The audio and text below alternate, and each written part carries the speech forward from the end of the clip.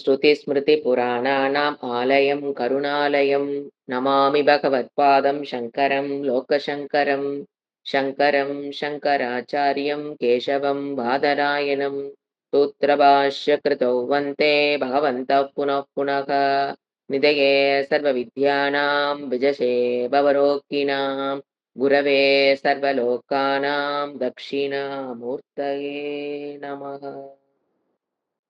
ॐ सहना भवतु सहनौ भुनक्तु सह वीर्यङ्करवावहै तेजस्विनावधीतमस्तु मा विद्विषावहै। ॐ शान्ति शान्ति शान्तिः। उद्धव गीता 34வது श्लोकम्। शौचं जपः तपः होमः श्रद्धा आस्तिक्यं मम मत्तर्चनं तीर्थाटनं परातेहा तुष्टिः आचार्य सेवनम्। இதுல நாம் ஆரம்பிக்க வேண்டியது ஆஸ்திக்யம். ஆஸ்திக்யம்ங்கிறது விருந்தோம்பல். அதிதி அன்அனௌன்ஸ்டு கெஸ்ட் வீட்டுக்கு வரும்போது அவர்களுக்கு உணவு உடை கொடுத்து மகிழ்ச்சியோடு வரவேற்று செய்யக்கூடிய ஒண்ணு. அடுத்தது மனித மக்களுக்கு, நம்ம உறவுகளுக்கு, நமக்கு தெரிஞ்சவங்க தெரியாதவங்களுக்கு செய்யற சேவையும் இங்க வரும். மனிதர்களுக்கு செய்யும் சேவை, வீட்டில் வயோதிகர்கள் இருக்கும்போது அவர்களுக்கு செய்யக்கூடிய சேவை, உறவுகளுக்கு மக்களுக்கு செய்யக்கூடிய சேவை தான் ஆஸ்திக்யம். இது நம்ம இதுலயே பார்த்திருப்போம், பஞ்சமகா யக்னத்திலேயே நரயக்னம். அதுதான் இது ஆஸ்திக்யம். விருந்தோம்பல்ங்கிறத ஆக்சுவல் மீனிங். அது நாம இன்னொரு ஃபார்ம்ல பார்க்கும்போது நரயக்னம். இது வீட்டுக்கு வந்தவங்களை, அன்அனௌன்ஸ்டு கெஸ்டா வர்றவங்களை வரவேற்று மகிழ்ச்சியோடு அவர்களுக்கு வேணுங்கிறதெல்லாம் செஞ்சு கொடுத்து அனுப்புறது ஆஸ்திக்யம். இது நாம் நிறைய பார்த்திருக்கோம். அடுத்தது மத்து அர்ச்சனம். மத்துனா இறைவன் தன்னை சொல்றாரு, வாக்கு நாமம் மூலியமாக, ஜபம் மூலியமாக டெய்லி ஒருத்தர் மத்து அர்ச்சனம், என்னை அர்ச்சித்தல். அர்ச்சித்தலா ஒரு நாம, இப்ப நம்ம நாம ஜபம் பண்றோம் இல்லைங்களா, அதெல்லாம் தான் daily any day should start with a prayer. So பக்தி அப்படிங்கிறது இந்த காலத்துல எக்ஸ்பிரஸ் பண்ண தேவையில்லை, ஜபமெல்லாம் தேவையில்லை அப்படிங்கிறது. ஏன்னா அந்த பக்திங்கிற உணர்வு உள்ள இருக்கு. பட் அத நாம குவாலிட்டி டைம், குவான்டிட்டி டைம் இறைவனுக்கிடம் கொடுத்துதான் அந்த பக்தியை வளர்த்தி கொள்ளணும். யூ மஸ்ட் எக்ஸ்பிரஸ் பக்தி. கண்டிப்பா பக்தியை எக்ஸ்பிரஸ் பண்ணி ஆகும். பிசிக்கலா கண்டிப்பா பண்ணணும். நித்திய பூஜை ஏன் பண்றோம்? குவாலிட்டி டைம், குவான்டிட்டி டைம் ஏன் கொடுக்குறோம்? டு கல்டிவேட் பக்தி. ஏன் பக்தி தேவை? அங்கதான் நமக்கு என்ன கிடைக்கும்? இறைவனிடம் ஒரு ஆசிரியம், சரணாகதி. ஏன்னா சரணாகதி தான், டோட்டல் சரணாகதி ஆகிறது தான் வேதாந்தத்துடைய ஃபர்ஸ்ட் ஸ்டெப். அதுக்கு முதல்ல என்ன இருக்கணும்? பக்தி இருக்கிறவனாலதான் சரணாகதி, கர்மத்தை இறைவனிடம் சமர்ப்பித்துட்டு கர்ம பலனை எதிர்பாராமல் செய்யுன்னு சொல்லுது கர்மயோகம். கர்மயோகத்துக்கு என்ன வேணும்? பக்தி. சோ மத்து அர்ச்சனம். இவரே சொல்லுவாரு, ஈஸ்வர பிரணிதானம். யாரு சொல்லுவா? பதஞ்சலியே சொல்லுவார், ஈஸ்வர பிரணிதானம் அவசியம், தேவதைகள் வழிபாடு அவசியம். மத் அர்ச்சனம். அடுத்தது தீர்த்தாடனம். தீர்த்தாடனா நம்ம வீட்டுல சாமி கும்பிடுறோம், கோயிலுக்கு போறது இல்லாம இப்ப பல ஊர்களுக்கு சென்று கோயில்களுக்கு செல்றது, ஆற்றுல நீராடுதல், இந்த மாதிரி தீர்த்தாடனம். மகான்கள் வாழ்ந்த இடத்துக்கு போறது, ஆசிரமத்துக்கு போறது, புதிய இடத்துக்கு செல்லுதல்.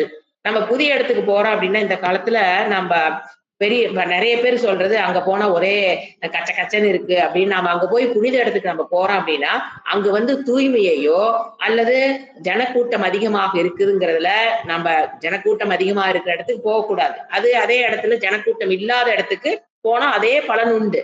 நாம நினைக்கிற அந்த நேரத்துல அந்த கோயில்ல அந்த இடத்துல இருந்தா தான் பலன்கிறது. அப்படி கிடையாது. அந்த கூட்டம் இல்லாத, மனம் நிம்மதியாக சஞ்சலம் இல்லாமல் வழிபாடு செய்யக்கூடிய இடத்தை, நேரத்தை தேர்ந்தெடுத்து போகணும். என்ன ஆகுதுன்னா, இந்த குறிப்பிட்ட நேரத்துல காலத்துல போய் எல்லாரும் ஒரு கோயில் விழும்போது அங்க என்ன நம்ம பாக்குறோம்? ஒரு சுத்தம் இல்லாம நம்ம பார்க்கலாம். அந்த இடத்துக்கு ஏண்டா வந்தோம்ங்கிற மாதிரி எல்லாம் ஃபீலிங் வரும். ஆனா என்ன தெரியணும்? அது மகான்கள் மிதித்த மண். அது அந்த இடத்துக்கு நம்ம போறதே விசேஷம். அப்ப அங்க இருக்கிற சில சுத்தம் இல்லாதெல்லாம் நம்ம என்ன இருக்கணும்? அக்செப்டன்ஸ். அங்க போய் அதெல்லாம் கத்துக்கணும். போயிட்டு அங்க போய் மொனன்னு சொல்றோம், அது மாதிரி இருக்கக்கூடாது. அதுதான் வந்து தீர்த்தாடனம். ஏன் அப்படின்னா அங்க போகும்போது மனம் விரிவடையும். நமக்குள்ளேயே இருக்கிறத தவிர பல விதமான பீப்புளை பாக்குறோம், அவங்களுடைய நடவடிக்கைகள், அவங்களுடைய இது எல்லாத்தையும் பார்க்கும்போது மனம் விரிவடையும். இதெல்லாம் வந்து சாஸ்திரம் சொல்லுது 60 வயசு 50 வயசுக்குள்ள முடிச்சுக்கணும். 60 வயசுக்கு மேல தீர்த்தாடனம் போறோம், 70 வயசுக்கு மேல போறதெல்லாம் என்னது கஷ்டம். தீர்த்தாடனம் இது வந்து இவரு அடுத்தது அவர் சொல்றது பரா பர அர்த்தகா பரார்த்தகா அப்படின்னா இது அதேதான். பரன மற்றவர்களுக்கு ஹானா என்ன செய்யறது மற்றவர்களுக்கு உதவி செய்தல் தான். இது மற்றவர்களுக்கு உதவி செய்தல் அப்படின்னா பணத்தை கொடுத்து உதவி செய்தல் சொல்லக்கூடாது. இந்த இடத்துல அவர் மீன் பண்றது உன்னுடைய உழைப்பையும் காலத்தையும் மற்றவர்களுக்கு கொடுத்தல். இது யாருனால முடியும், யாருனால முடியாது? எல்லாரும் நினைக்கிறோம் சூழ்நிலை தான் என்னை அதை விட மாட்டேங்குது. மக்களுக்கு போய் உதவி செய்தல், இப்ப நம்ம ஸ்கூலுக்கு போறோம் அப்படிங்கிறது யாருனால முடியும், யாருனால முடியாதுன்னா சூழ்நிலைகள் ஹேதுவா இருக்கிறவங்கனால முடியும், வீட்டு சூழ்நிலைகள் ஹேதுவா இல்லாதவங்கனால முடியாதுங்கிறது தவறு. அது உங்களுடைய அகங்காரத்தில் உங்களுக்கு அது மாஃபியா லேடி சொல்ற வேலை.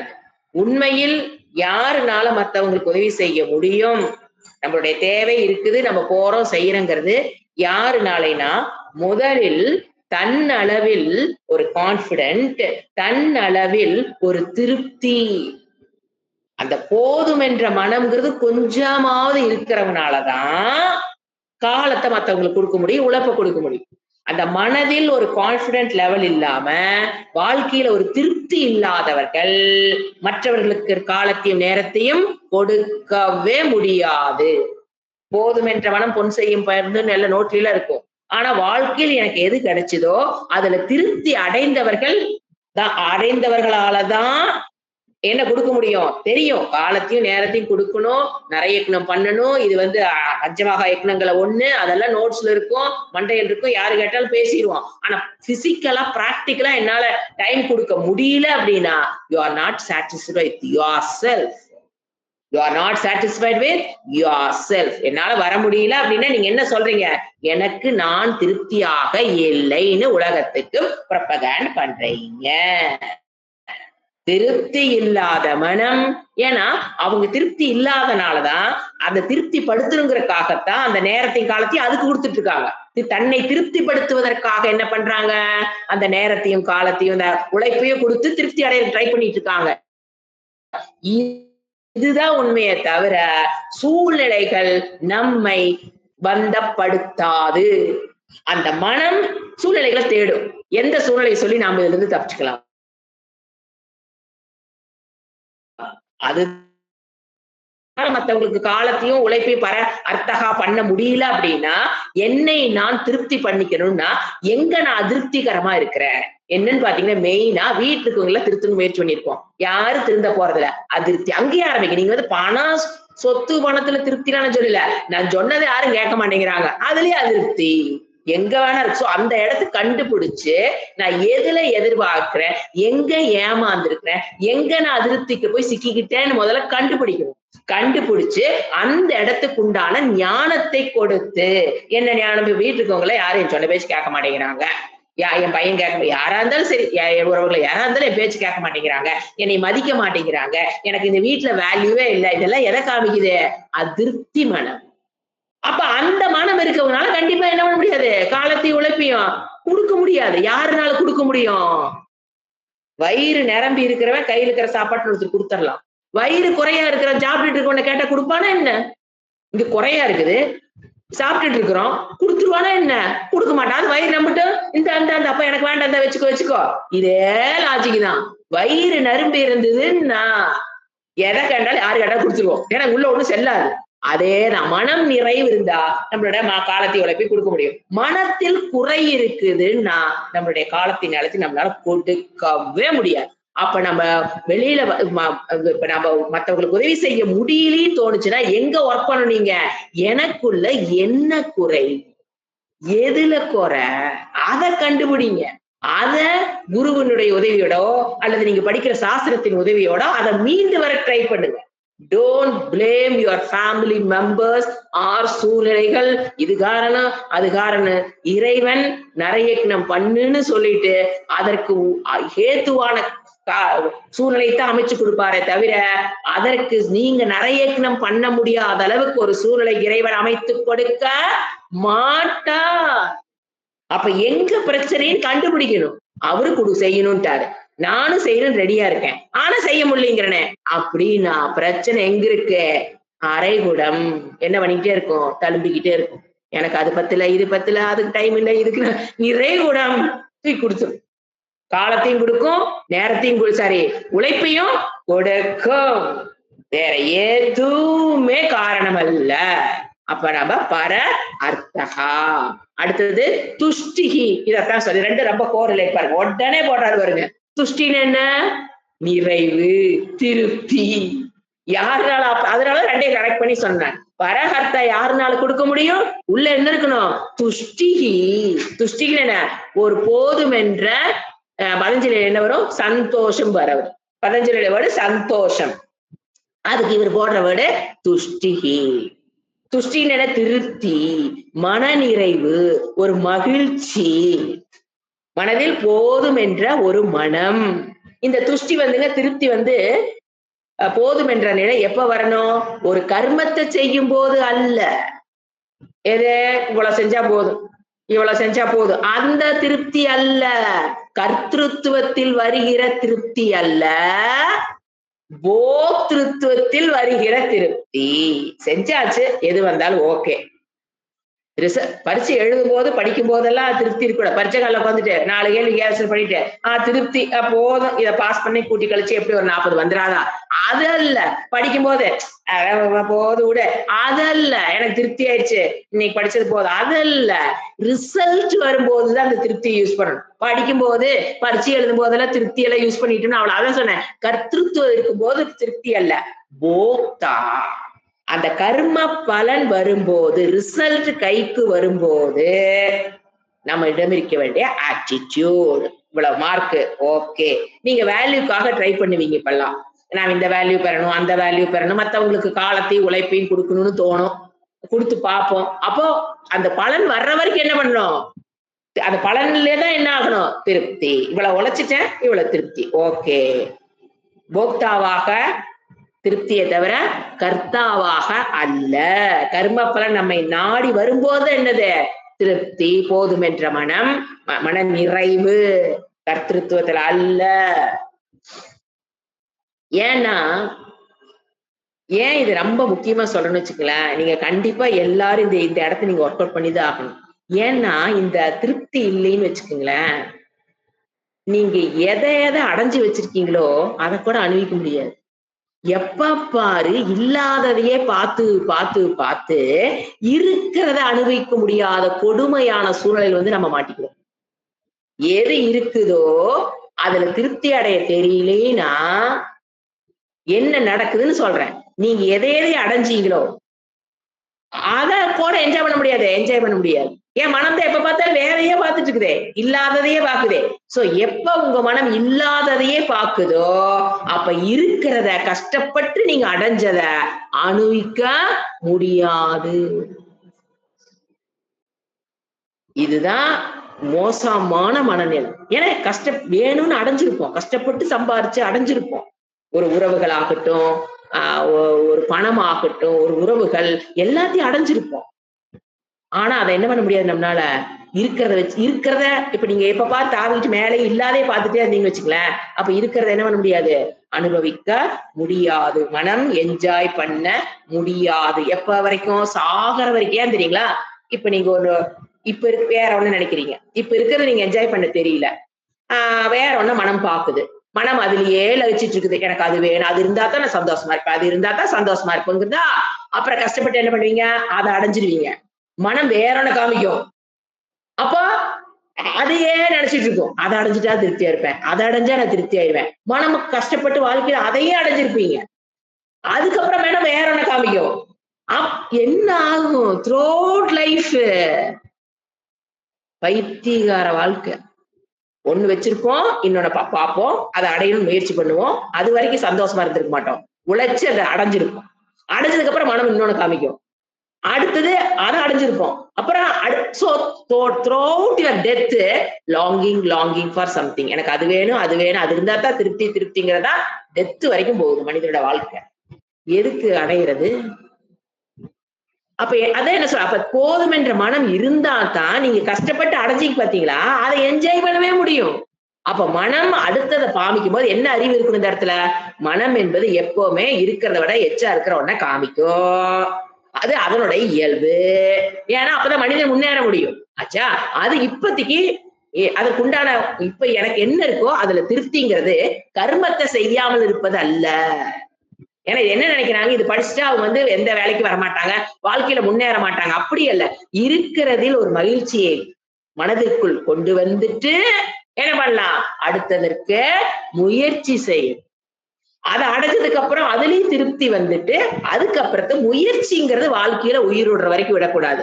ஆனா திருப்திய எக்காரணத்தை கொண்டு விட்டுறக்கூடாது. முயற்சியும் விட்டுறக்கூடாது, திருப்தியையும் விடக்கூடாது. ரெண்டு டிராவல் ஒன்னா போகும். திருப்தி பிளஸ் முயற்சி. அது நீங்க வேல்யூ பெறுவதா இருக்கலாம், உறவுகளை பெறுவதா இருக்கலாம், இல்ல பணம் சொத்து பத்து பெறுவதாக இருக்கலாம். முயற்சியும் இருக்கணும், திருப்தியுடன் கூடிய முயற்சி தான் தேவை. அதிருப்தியோட நீங்க முயற்சி பண்ணி பாருங்க, சுத்தப்படாது. நீங்க திருப்தியோட அடுத்த லெவலுக்கு முயற்சி பண்ணி பாருங்க, அடிச்ச கோல் கரெக்டா அடிக்கும். இங்க மனசு அதிருப்தியோட நீங்க முயற்சி பண்ணி பாருங்க, எல்லாம் தப்பு தப்பா தான் போகும். ஏன் மனம் ஒரு சஞ்சலமா இருக்கும்போது எதை நினைச்சீங்களும் கரெக்டா திங்க் பண்ண போறது இல்லை. சோ அடுத்தது ஆச்சாரிய சேவனம். ஆச்சாரினா வேதாந்தம் சொல்லி கொடுக்கிற குருவுக்கு கண்டிப்பா சேவை செஞ்சு ஆகணும். எதுக்கு? மன தூய்மையின் பொருட்டு, அந்தக்கரண சுத்தி. அது இல்லாம ஆச்சாரிய சேவை இல்லாம அந்தக்கரண சுத்தியை நீங்க பெற முடியாது. இப்ப அதற்குண்டான வாய்ப்பு இல்லாத போது உட்கார்ந்து புலம்புறதுல வேலை அல்ல. அந்த சூழ்நிலைக்கு தான் யார் என்ன கொடுக்கறது? நரயக்னம் அல்லது விருத்த சேவா, வயதானவர்களுக்கு நாம் செய்கிற சேவை. அல்லது இப்ப விருத்த சேவா அப்படிங்கிறது இந்த காலத்தோட, இந்த காலத்துல என்ன இருக்குது? குழந்தைகளுக்கு நாம் செய்ய வேண்டிய டியூட்டி பல இருக்கு. சோ அது என்ன ஆகுது? ஆச்சாரிய சேவனம் இஸ் ரீப்ளேஸ்ட் பை நரயக்னம். ஏன்னா விருத்த சேவா வயதானவங்க வீட்டுல இருந்தா பண்ணலாம், இல்ல முதியோர் இல்லம் போய் பண்ணலாமா அப்படின்னா, முதியோர் இல்லம் ஆல்ரெடி எஸ்டாப்ளிஷ் கரெக்டா இருப்பாங்க. நீங்க போட ஏதோ பணம் மட்டும் தான் விட்டு கேட்பாங்க. உங்ககிட்ட வந்து சேவையெல்லாம் அவங்க எதிர்பார்க்க மாட்டாங்க. ஏன்னா அவங்க ஆல்ரெடி அப்ப எங்க போய் என்ன சேவை பிசிக்கலா யாருக்கு வேலை செய்யறது? Go to schools.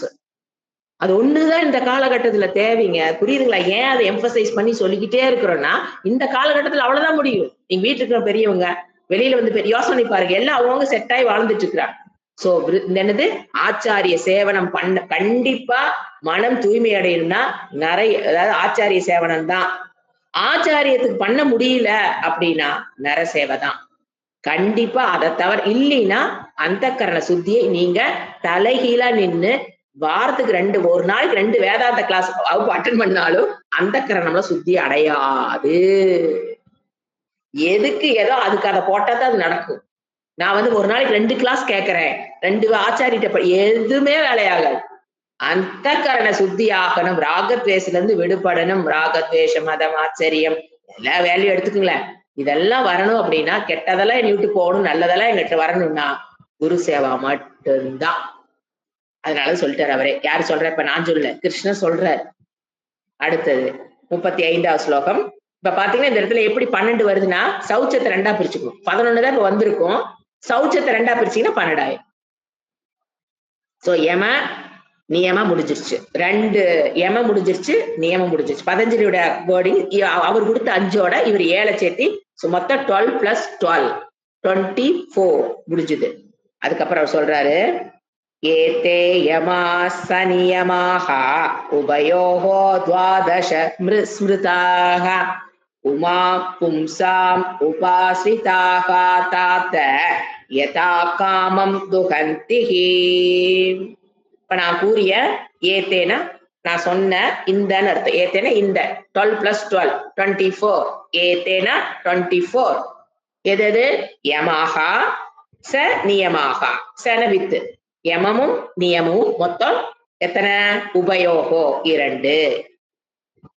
இந்த யமம் நியம எத்தனை? +12 +12. நியமம் யமம் நியமம் உபயோகோ இந்த 2ல் துவாதச ஸ்மிருதாக மொத்தம் 24. துவாதசம்னா என்னது? 24. 12 12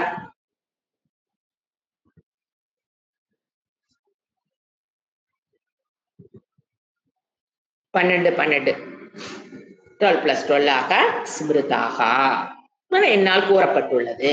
நான் இது வரைக்கும் யம நியமத்தை முடிச்சுட்டேங்கிறார் பகவான். யமத்துல ஒரு 12, நியமத்துல ஒரு 12, மொத்தம் 24 நானே முடிச்சு சொல்லி கூறப்பட்டு விட்டதுன்னு அர்த்தம். என்னால் நினைக்கப்பட்டு விட்டதுன்னு அர்த்தம். அப்ப இறைவன் நினைக்கிறாருன்னு என்ன சொல்லிட்டாருன்னு ஸ்மிருதாக சொல்லிட்டேனா? ஏதே யமாக ச நியமாக உபயோகோ துவாதச ஸ்மிருதாக 12 நான் சொல்லிட்டேன். மொத்தம் 24. என்ன பண்ணணும்? நான் சொல்லது சொல்லிட்டேன். கேட்டவங்க எல்லாம் என்ன பண்ணணும்? பும்சாம் உபசிதாக கேட்டு நோட்ஸ் எழுதி வச்சா பத்தாது, பின்பற்றணுங்கிற. உபசிதாக அதுங்க மனிதர்கள், பும்சான மனிதர்கள். உபசிதாகனா முழுமையாக ஃபாலோ பண்ணணும். இதெல்லாம் எனக்கு முடியும், ஃபாலோ பண்ணிக்கலாம், இதெல்லாம் கஷ்டம் விட்டுறலாம் அப்படிலாம் கிடையாது. எல்லாத்தையும் 100% என்ன பண்ணுங்கிறாரு? ஃபாலோ பண்ணி ஆகும். உபசிதாக முழுமையாக பின்பற்றினா உனக்கு என்ன நடக்கும்? இவ்வளவு 24 சொன்னனே, நீயும் கஷ்டப்பட்டு ஃபாலோ பண்ணினா ஒரு அழகான சத்திய பிரமாணத்தை இறைவன் நமக்கு இங்க வைக்கிறாரு. இது இறைவனுடைய கூற்று. சத்திய பிரமாணம் பண்றார். நீ இந்த 24 யமா பிளஸ் நியமா, இந்த 24 நீ ஃபாலோ பண்ணினா உனக்கு என்ன கிடைக்கும்? இது words of Krishna, not words of any acharya. மனதுக்குள்ள அந்த ஒரு கிளாரிட்டி ஆஃப் அண்டர்ஸ்டாண்டிங் இருக்கு. என்ன சொல்றாரு பாருங்க. பண்ணினா தாத்த மகனேன்னு கூப்பிடுறாரு. ஒரு தந்தையாக இருந்து மகனேன்னு கூப்பிடுறார். தாத்தனா அப்பான மகனேன்னு அர்த்தம். சரி, மகனே என்ன சொல்றாரு பாருங்க. என்ன சொல்றாரு பாருங்க. யதா காமம் துகந்திஹி. இதெல்லாம் ஒரு ரெட் லெட்டர்ல எழுதி வச்சுக்கணும். என்ன என்ன சத்திய பிரமாணம் பண்ணி கொடுக்கிறாரு? யதா காமம் துகந்திஹி. ஹீன சத்தியம், உண்மையாக. இண்டீட். என்ன ஹீ? எதுல ஹீன எம்பசைஸ் பண்றாரு. நான் சொல்றது அத்தனை சத்தியங்கிறாரு. ஏன்? எது என்ன கிடைக்கும்? எதா காமம், நீ வாழ்க்கையில் எதை எதை ஆசைப்பட்டையோ, எதா காமம் என்ன? எதை நீ ஆசைப்பட்டையோ, எதா காமம் துகந்தி. அதாவது துகந்திங்கிற வேர்டு சமஸ்கிருதத்துல பால் கறக்கிறது. துக்து பால் கறக்கிறோம் இல்லைங்களா கவுல, அதுக்கு பேரு தான் துக் தாத்து. சோ இவர் என்ன சொல்றாரு? அந்த மடியில் இருக்கிற பாலுங்கிறது 24 சொல்ல போற எல்லா குணங்களும் இந்த 24 தானா? அப்ப பின்னால வரதெல்லாம் தேவையில்லையான்னு சொல்லக்கூடாது. இந்த வேல்யூஸ் நீ இம்பைப் பண்ணி வச்சிருந்தீனா அது மடியில் இருக்கிற பால் மாதிரி வெளியில தெரியாது. மடியில் இருக்கிற பால் மாதிரி நீ என்ன பண்ணி வச்சிருக்க மைண்டுக்குள்ள வேல்யூஸ வச்சிருந்தீனா உனக்கு வேணுங்கிறத கறக்கலாங்கிறது. வாழ்க்கையில் நீ வேணுங்கிறத என்ன பண்ணலாம்? கறந்துக்கலாங்கிறாரு. என்ன வேர்டு பாருங்க. அது பாருங்க, ஹீ போடுறாரு. இது உண்மைங்கிறாரு. ஜனங்களே, கிளாஸ் கேட்டுட்டு இருக்கவங்களே இதை நம்புங்க. வாழ்க்கையில் எதையும் நம்பாம இருந்து இறைவனோட வாக்கு இறைவனே இப்ப எம்பசைஸ் பண்றாரு. ஏன்னா இப்ப நம்ம 10ஓட 11 இறைவனோட வார்த்தை கேட்டு போயிட்டே இருக்கிறோம். டேய் நல்லா நின்னு கேளு. இந்த நற்பண்புகளை நீ வளர்த்தி கொண்டாய் என்றால் அது மடியில் இருக்கிற பால். ஏன் அது வெளியில தெரியாது. ஆனா என்ன பண்ணுவோம்? அதுல இருந்து உனக்கு என்ன வேணுமோ கறந்துக்கலாம். உள்ள பால் இருந்தாலும் வாழ்க்கையில் உனக்கு என்ன வேணுமோ அதை என்ன பண்ணிக்கலாம். நம்ம வாழ்க்கையில இந்த வேர்டு அடிக்கடி சொல்லுவோங்களே, நல்லா கறந்துட்டு போயிட்டேன், நம்ம கிட்ட இருந்து நல்ல ஒன்னாட்டு பழகிட்டு எல்லாத்தையும் கறந்து போயிட்டான்னு சொல்றோமா இல்லையா? அதத்தான் அந்த காலத்திலேயே சொல்லி வச்சிருக்காரு. அந்த காலத்து சொன்னதை இந்த காலத்துல சொல்றோம்.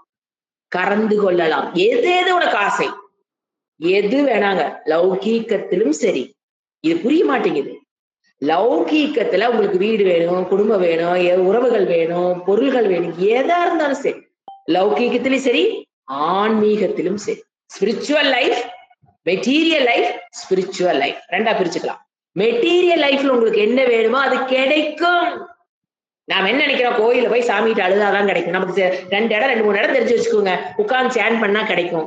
இல்ல கோயில்ல போய் உட்கார்ந்து அழுதா கிடைக்கும். இல்ல கோயிலுக்கு கோடி கோடியா குடுத்தா கிடைக்கும். இல்ல வந்து பொருள்கள தானமா இருக்கிறதெல்லாம் தானம் பண்ணா நமக்கு வேணுங்கிறதெல்லாம் கிடைக்கும். நான் பல விஷயங்கள் நாம மண்டை கெட்டுன்னு தெரிஞ்சு வச்சிருக்கோம். இறைவன் என்ன சொல்றாரு? இந்த நற்பண்புகளை நீ இம்பைப் பண்ணி ஃபாலோ பண்ணணும். தெரிஞ்சு நோட்ஸ் எழுதி வைக்கிறது இல்ல. நான் என் லைஃப்க்கு ஃபாலோ பண்ணினா எது எது கிடைக்கும்? சிரவணம் வேணுமா? கிடைக்கும். மனனம் வேணுமா? கிடைக்கும். நிதித்தியாசனம் வேணுமா? நீ எதை காமம் பண்றீங்க உனக்கு அது உன்னை பொறுத்து. நீ சிரவணத்துக்கு ஆசைப்படலாம், மனனத்துக்கு ஆசைப்படலாம், நிதித்தியாசனத்துக்கு செய்யணும்னு ஆசைப்படலாம், இல்ல குருவுக்கு ஆசைப்படலாம், இல்ல வேல்யூ இம்பைப் ஆகணும்னு நீ ஆசைப்படலாம். யோசனை இது வைஸ் வெர்சா தான். வேல்யூ உனக்குள்ள இம்பைப் ஆகணும்னு ஆசைப்பட்டினாலும் பல வேல்யூகளை நீ இம்பைப் பண்ணதான் எல்லாம் என்னது ஒரு வேல்யூ சொல்ற நூடுல்ஸ் மாதிரிதான். நீங்க வேல்யூ இம்பைப் பண்ணணும்னு ஒரு நூடுல்ஸ் ஒரு இது எடுத்துட்டீங்கன்னா அதை என்ன பண்ணிக்கிட்டே வர அப்படியே எல்லா வேல்யூ உள்ள கூட்டிக்கிட்டே ஒரு நூடுல்ஸ் மாதிரி. முதல்ல என்ன முடிவு பண்ணணும்? நான் வேல்யூவை இம்பைப் பண்ணிக்கணும்னு நினைக்கணும், சங்கல்பம் பண்ணணும், அப்புறம் ஆசைப்படணும், அப்புறம் தான் என்ன பண்ண நடக்கும். அப்படி நீ பண்ணிட்டீன்னா நீ வாழ்க்கையில எதை வேணாலும் மெட்டீரியல் லைஃப்லயும் சரி, இது வந்துங்க ஒரு பெரிய நாங்களா படிக்கும் போது இதெல்லாம் எனக்கு ஒரு பெரிய மாற்றத்தை கொடுத்த ஒரு இடம். ஏன்னா கோயிலுக்கு போனாதான் நமக்கு வேணுங்கிறது கிடைக்கும், சாமிக்கு போய் அழுதாதான் கிடைக்கும் அப்படிங்கறத நாங்களும் படிச்சோம். ஆனா இந்த இடமெல்லாம் வந்ததுக்கு அப்புறம் அப்படியே ஒரு தெளிஞ்சாச்சு. ஓங்கிறதுக்கு 1000 அர்த்தம் முடிஞ்சது. இப்படி என்ன பண்ணிக்கலாம் நமக்கு வாழ்க்கையில் வேணுங்கிறதை எப்ப இது வந்துங்க கோயில்ல போய் சாமி கிட்ட முன்னாடி அழுகிறதுல ஈஸி,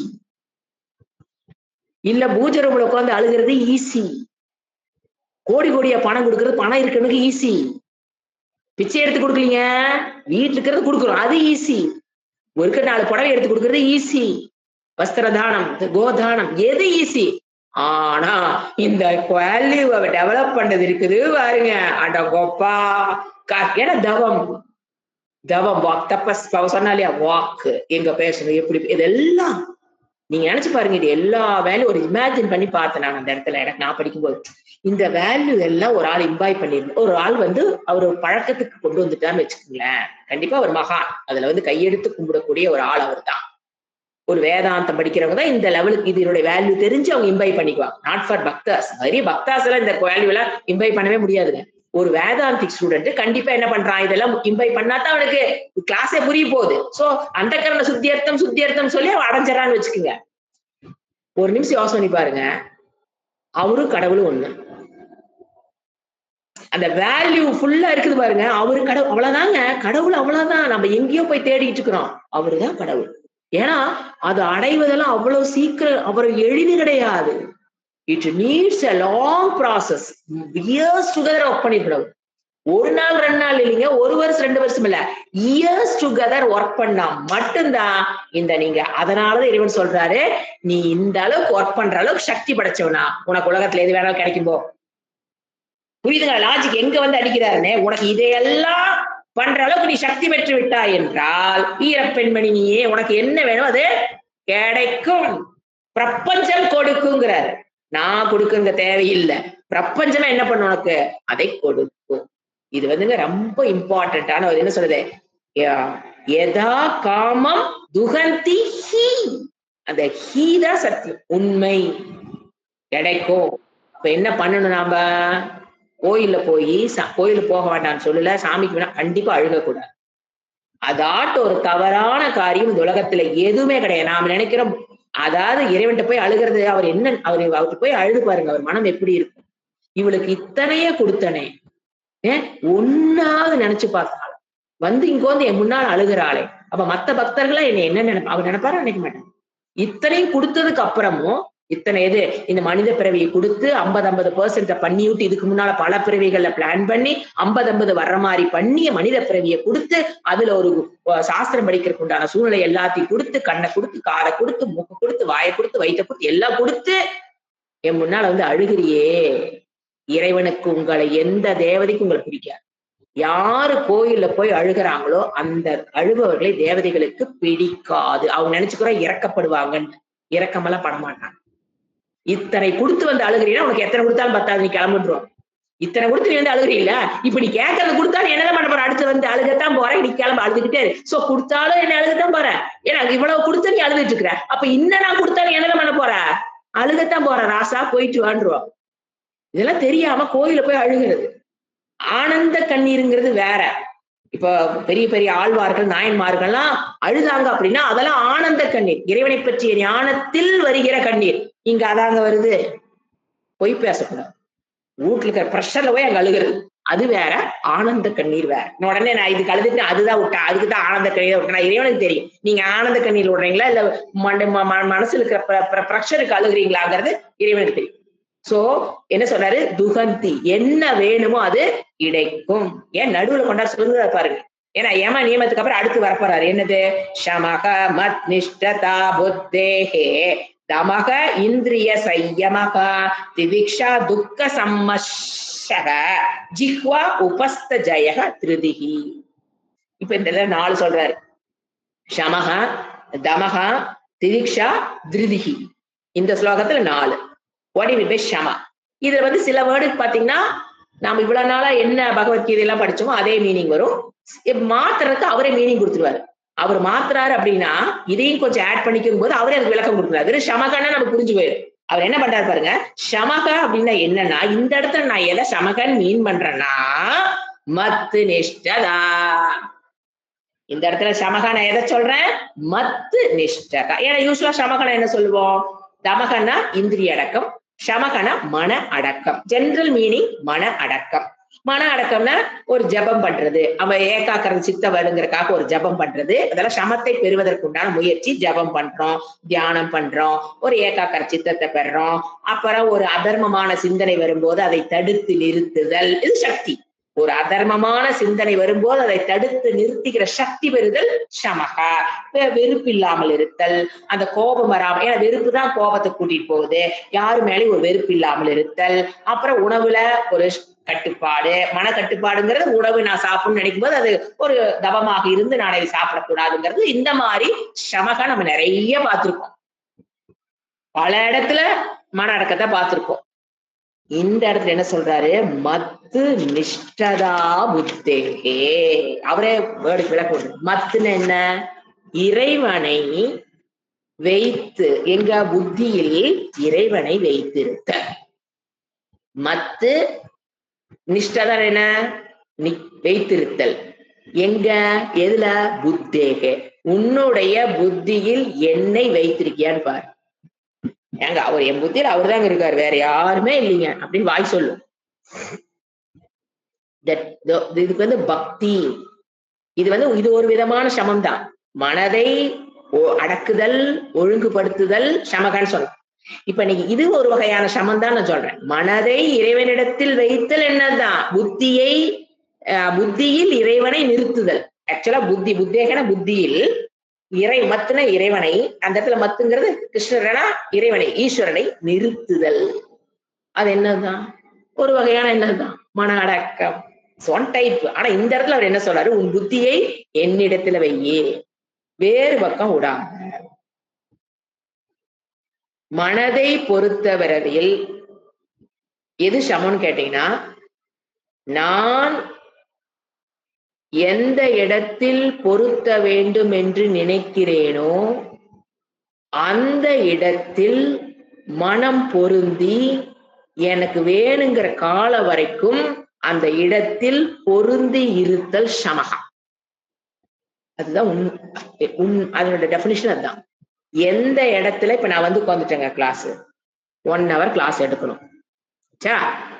1 hour உத்தவ கீதையில் இறைவனுடைய வாக்கில் என் மனம் என்ன இருக்கணும்? பொருந்தி இருக்கணும். 1 hourக்கு அதுல பொருந்தி இருந்தாதான் நான் அந்த பொருந்தி இருந்தாதான் கிளாஸ் எடுக்க முடியும். ஃபர்ஸ்ட் கிளாஸ் எடுக்கிறனாங்க கரெக்டா எடுக்க முடியும். இப்ப பாருங்க, நம்ம ஒரு கிளாஸ் எடுக்க போறோம் அப்படின்னா மனம் வந்து அந்த இடத்துல பொருந்தாத போது அவங்க பாருங்க தடுமாறுவாங்க. அந்த 1 hour வந்து மனதை பொறுத்துறதெல்லாம் ஈஸியான வேலை. இப்ப நான் பண்றேன்னா பெருசு கிட்டினாலும் சொல்லவில்லைங்க. இதெல்லாம் ஃபர்ஸ்ட் எல்லாம் ஈஸியா வராது. இப்ப நான் வருஷ கணக்கா எடுத்து அதெல்லாம் அப்படியே தண்ணி வட்ட பாடு நமக்கு. ஆனா அந்த குழந்தைங்க 45 நிமிஷம் கவனிக்கிறதுக்கு என்ன பாடுபடும் தெரியுங்களா கிளாஸ்ல.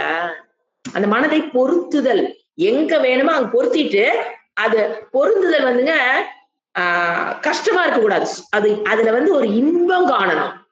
மனதை முதல்ல எந்த இடத்துல பொருத்தணுமோ அந்த இடத்துல பொருத்திடுறோம். அது ஈஸி. பொருத்துறதெல்லாம் ஈஸி. ஆனா தொடர்ந்து அதில் 1 மணி நேரம் பயணிக்கணும். 45 நிமிஷம் அதுலயே பயணிக்கணும். அதுதான் சமம். முடிச்சதுக்கு அப்புறம் வந்துடலாம். தொடர்ந்து எங்க காத்தால இருந்து சாயங்காலம் வரைக்கும் மனதை கொண்டு கிளாஸ்லயே அங்க பொருத்த முடியும் நம்மளால. ஒரு குறிப்பிட்ட எந்த காலம் இப்ப கிளாஸ்ல எத்தனை மணி நேரம்? 1 மணி நேரமா? 1 மணி நேரம் அது பொருத்தும். எக்ஸாம்பிள் நான் என்ன எடுத்துக்கிட்டேன். நீங்க எதை வேணா எடுத்துக்கலாம். இப்ப சமையல் பண்றீங்களா? சமையல்ல பொறுத்து தெரியணும். அப்பதான் நேத்தத்த பிரச்சனை, முந்தா நேத்து பிரச்சனை, போன வருஷத்து பிரச்சனை, பிறந்தப்ப அப்பா சொன்ன திட்டு, அம்மா சொன்ன இதெல்லாம் வரும் பாத்துக்குங்க. எங்க பொறுத்து நீங்க சமையல்ல எந்த வேலை செய்யறதா இருந்தாலும் சரி. இப்ப நீங்க ஒரு கிளாஸ் கேக்குறீங்க, இப்ப நீங்க உட்கார்ந்துருக்கீங்க. நான் வந்து 1 hour பொறுத்துறேன்னா நீங்களும் 1 மணி நேரம் வகுப்புல பொருத்தி இருந்தீங்கன்னா முழு பலனை அடையலாம். ஆனா மனம் என்ன ஆகும்? நான் ஒரு எக்ஸாம் கொடுத்தா அந்த எக்ஸாம்பிள் தொடுத்து 2வது எக்ஸாம் நீங்க போயிட்டு இருப்பீங்க. கிளாஸ் இங்க அடுத்து 4 சென்டென்ஸ் நான் ஓடி இருப்பேன் கிளாஸ்ல. நீங்க நான் ஒரு எக்ஸாம்பிள் கொடுக்கும் போதெல்லாம் எல்லா குருவும் பயம் இருக்குங்க. ஏன்னா எந்த எக்ஸாம்பிள் கொடுக்க போனாலும் எனக்கு கிளாஸ் விட்டு வெளியில போய் தான் கொடுக்க முடியும். சப்ஜெக்ட் விட்டு வெளியில போறேன். புரியிருக்கா? நான் ஒரு எக்ஸாம் கொடுத்தா இவங்க அதை வச்சு இன்னொன்னு போயிட்டு இருப்பாங்க வெகு தூரம். அப்புறம் பாருங்க, ஏய் வாவான்னு இழுத்துட்டு வர அந்த சிங்கம் குட்டி கவ்வி எப்படி கவ்வி புடிச்சிட்டு வருது சொன்ன பாத்தீங்களா? அந்த மாதிரி போனது என்ன ஒண்ணு சிங்க குட்டி என்ன சிங்கம் என்ன வேணும் அந்த ஓடுற குட்டி எப்படி கவ்வுற மாதிரி திருப்பி நாங்க வந்து என்ன வேணும் அப்படி உங்களை கவ்வி கிளாஸ்க்கு கூட்டிட்டு வரணும்.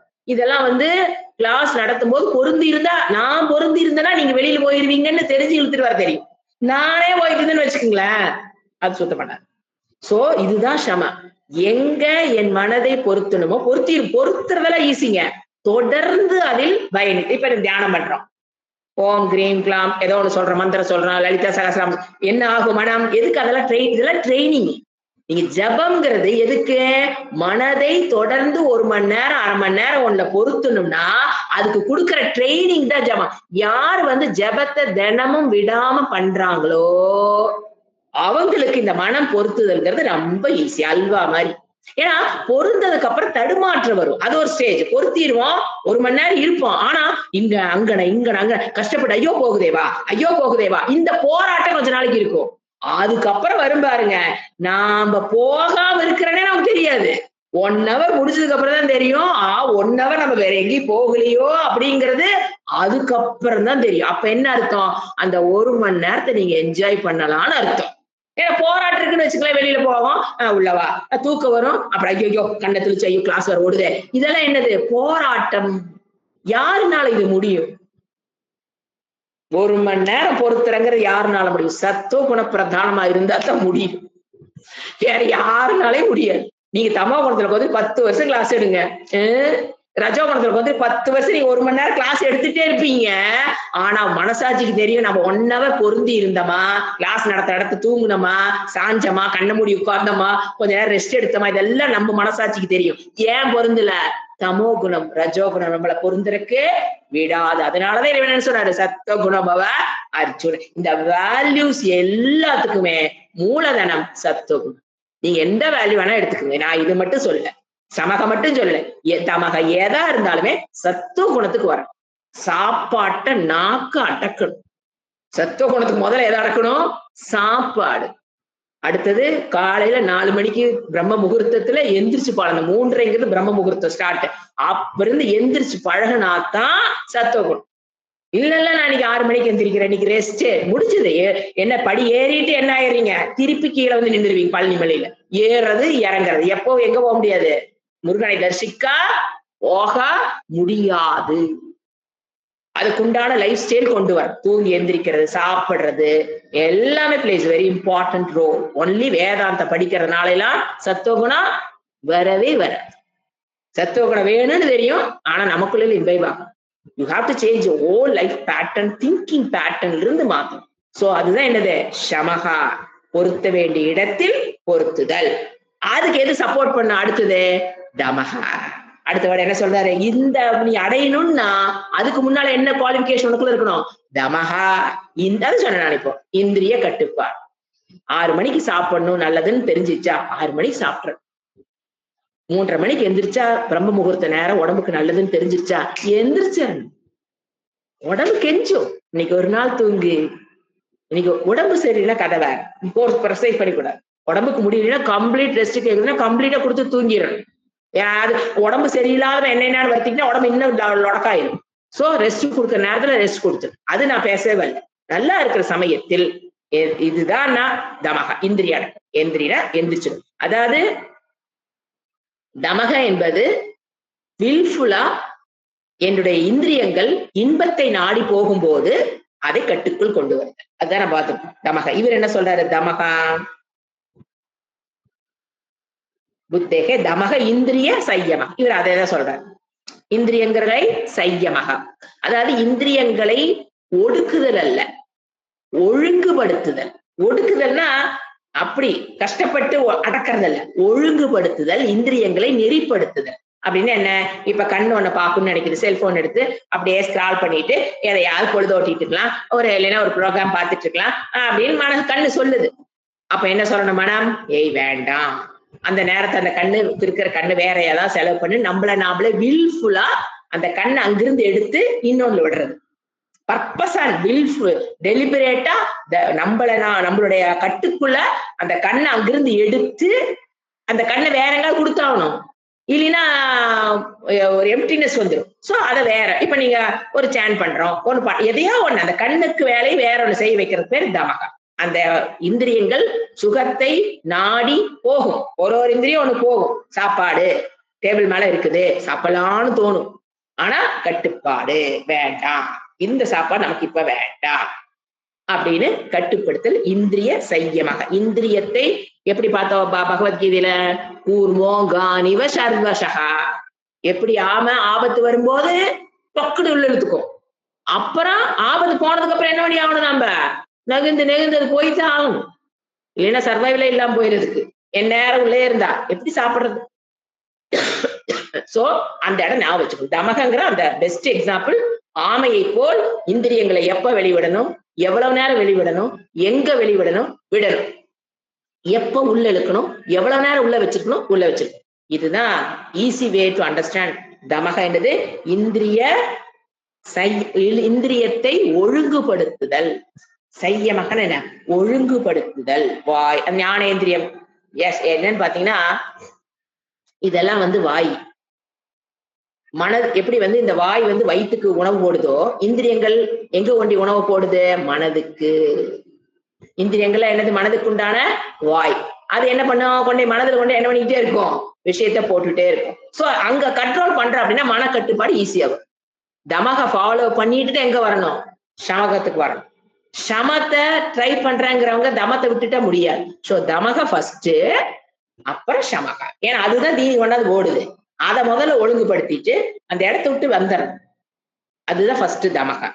எந்த இடத்துல போகுதோ அதை அப்படியே டீவியேட் பண்ணி வேற இடத்துல விடுறது. அதுக்குதான் இந்திரிய சையமக. அவர் அதை சொல்றாரு. அதே மீனிங் தான் நாம படிச்சது. அடுத்தது திதிக்ஷா. திதிக்ஷானா துக்க சம்மர்ஷனகா. திதிக்ஷா நம்ம சகிப்புத்தன்மை பார்த்திருப்போம். துக்கம்னு இவர் என்ன சொல்றாரா? கஷ்டம் வரும் பொழுது அதை பொறுத்து கொள்ளுதல். இவர் கொடுக்கிற விளக்கம். துயரத்தை பொறுத்து கொள்ளுதல். வலியை, இப்ப த்ரோட் இன்ஃபெக்ஷன் வருது, இந்த காலத்துல வந்தாலும் 2 நாள் 3 நாள்ல சரியாவது இல்லைங்க. சும்மா வச்சு வாங்குது 20 நாளைக்கு. 20 நாளும் தூக்கங்கிற பேச்சு. பகலெல்லாம் நல்லா இருப்போம், பேசிடுவோம். நைட்டு படுத்தா வரும் பாருங்க இருமல்.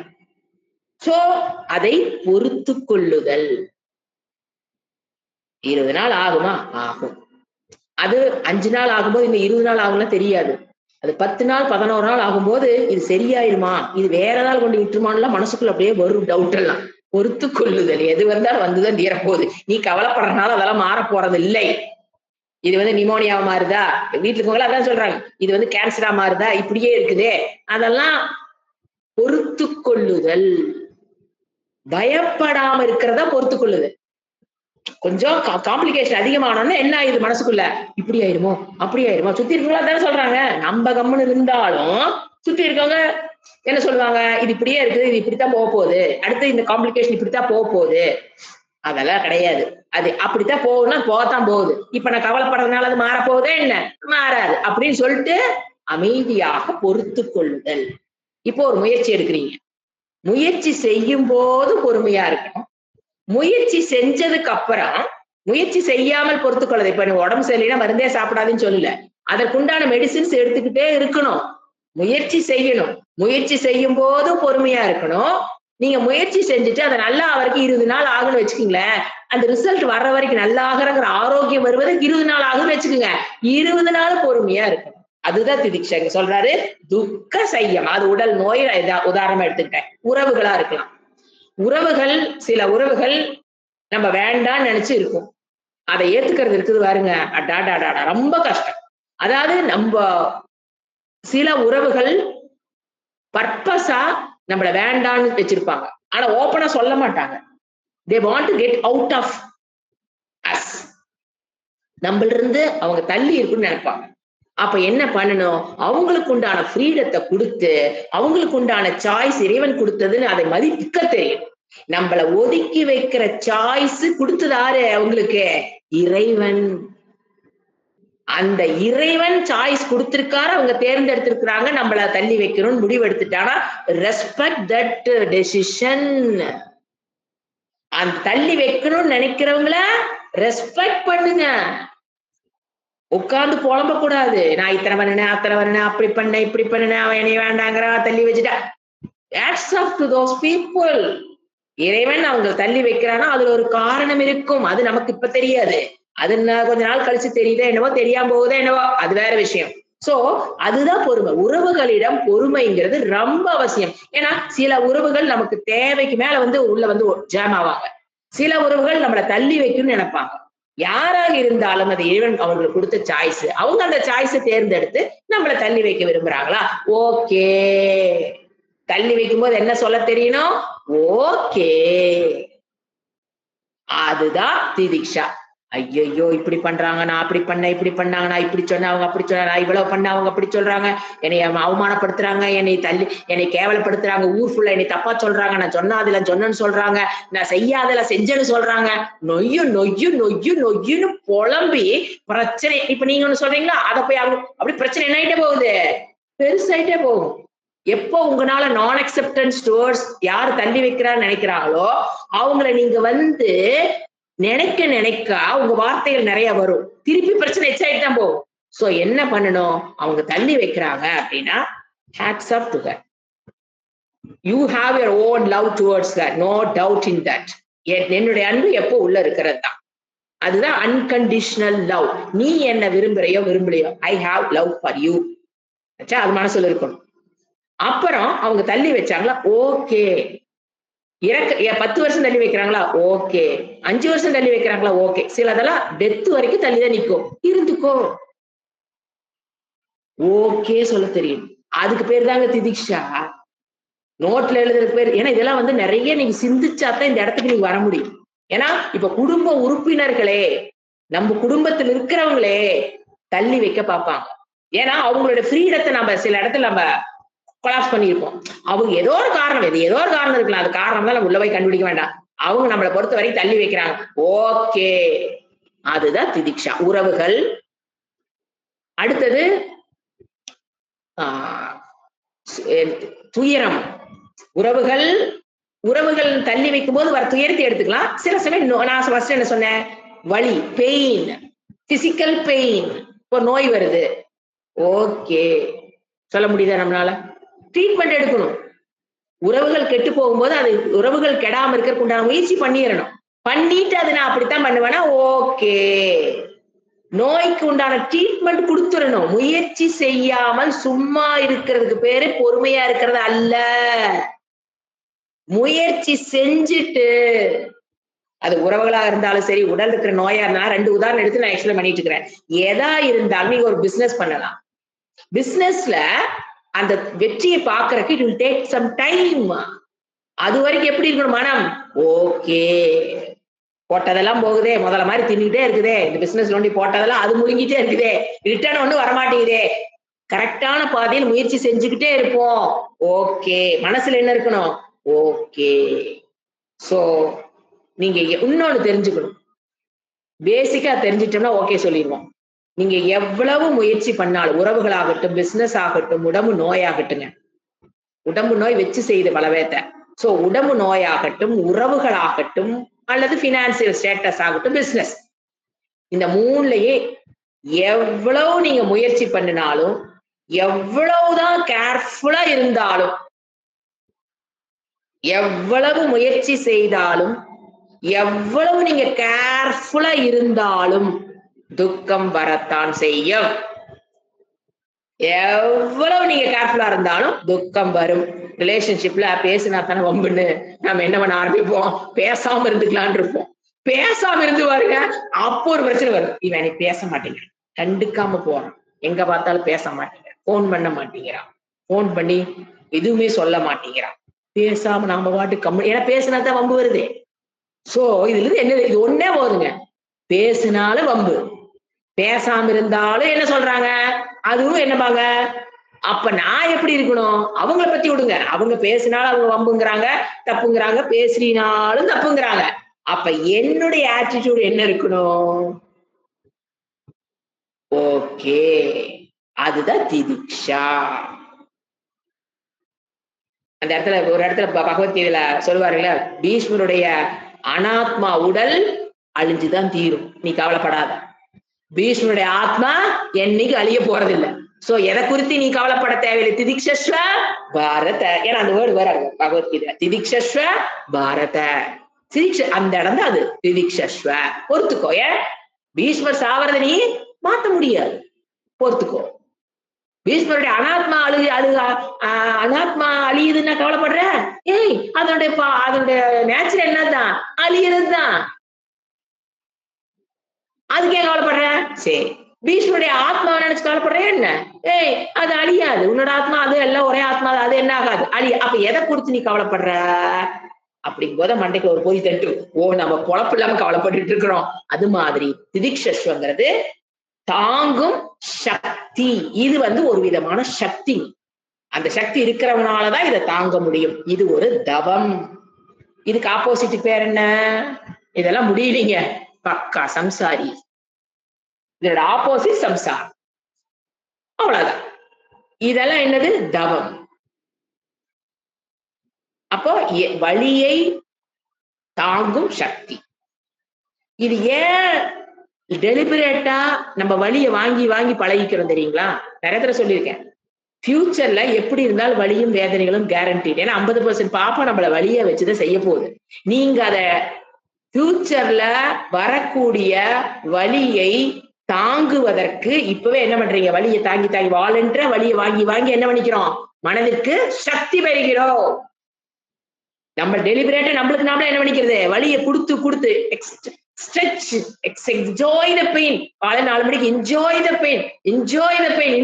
கை ரெண்டு அப்படி நடுக்கும். என்ஜாய். ஏன் அப்படி நம்மள நாமளே உடலுக்கு வலியை கொடுத்து பழக்கிறோம்? ஏன்னா வலியை தாங்கி தாங்கி பழகிறது எப்பத்தான் வரும்? அந்த மனம் பலம் எப்ப ஆகும்? வலியை தாங்கறதுக்கு மனதுக்கு என்ன வேணும்? ஒரு சக்தி வேணும். அந்த சக்தி எப்படிங்க வரும்? அந்த வலியை கொடுத்து கொடுத்து தாங்கி தாங்கித்தான் மனம் என்ன பண்ணும்? சக்தி பெறும். சோ டெலிபரேட்டா நம்ம என்ன பண்றோம்? யோகாவாகட்டும், வகுப்பு, எந்த தவம் எதா இருந்தாலும் சரி, எதா இருந்தாலும் ஏன் அதை பழக்கிறேன்னா, ஃபியூச்சர்ல எந்த பிரச்சனை வந்தாலும் அதை தாங்குகிற பலம் கொண்ட மனதை நாம் இப்ப என்ன பண்றோம்? உருவாக்கி கொள்கிறோம். குழந்தைகளை வளர்த்தும் போது இது ரொம்ப கேர்ஃபுல்லா பார்க்கும். குழந்தைய கஷ்டப்படாம வளர்த்துட்டீங்கன்னா அது எந்த பிரச்சனை வந்தாலும் அதனால தாங்க முடியாது. கஷ்டத்தை கொடுத்து 1 மணி நேரம் உட்காரணும், 2 மணி நேரம் படிக்கணும், 3 நேரம் படிக்க வச்சு வச்சு அதுங்களுக்கு என்ன பண்ணணும்? கஷ்டத்தை கொடுத்து கொடுத்து பழக்கணும். அப்ப அது கஷ்டத்தை தாங்குகிற மனோபக்குவத்தை பெற்றுவிடும். மனதை 1 மணி நேரம் குவிக்கிற சக்தியை பெற்றுவிடும். அப்ப அந்த குழந்தை வாழ்க்கையில ஏது வந்தாலும் ஃபேஸ் பண்ணிட்டு போயிட்டே இருக்கும். நாம என்ன நினைக்கிறோம்? கஷ்டப்படாம வளர்த்தணும், கஷ்டப்படாம வளர்த்தணும்னா அப்ப எப்ப அது கஷ்டப்படுறது? எப்ப அதனுடைய மனம் பலமாவது? ஓம் சாந்தி சாந்தி சாந்தி. ஹரிஹி ஓம். ஸ்ரீ குருப்யோ நமஹ. ஹரிஹி ஓம்.